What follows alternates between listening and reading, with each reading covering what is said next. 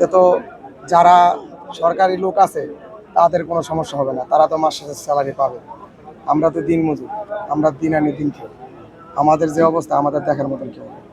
এখানে যখন আগুন লাগছে তখন এখানে সবাই ছিল, যদি চেষ্টা করতো ফায়ার সার্ভিস, এই যে এখানকার দেয়াল ভাঙার চেষ্টা করছে, পোলাপান করছে, আমাদের করতে দেন না। কাউরে মাল ধরতে দেয় না, যার মাল হ্যাঁ নিয়ে কিছু কমাইতে পারতো, কিন্তু তা করতে দেন না।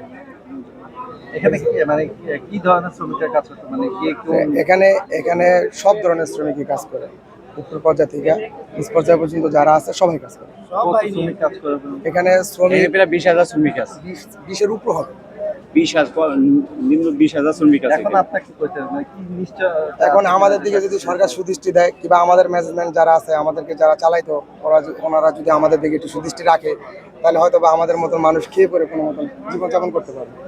এটাই আমাদের চাওয়া, আর কোনো চাওয়া নেই। আপনি তো কোনো না কোনো এজেন্সির মাধ্যমে এখানে কাজ করেন। আমরা আমাদের এজেন্সি ছিল হলো আইবি ইন্টারন্যাশনাল, যেটা এয়ার এয়ার এক্সপ্রেস। আমরা ওনাদের আন্ডারে কাজ করতাম। ভাই আপনি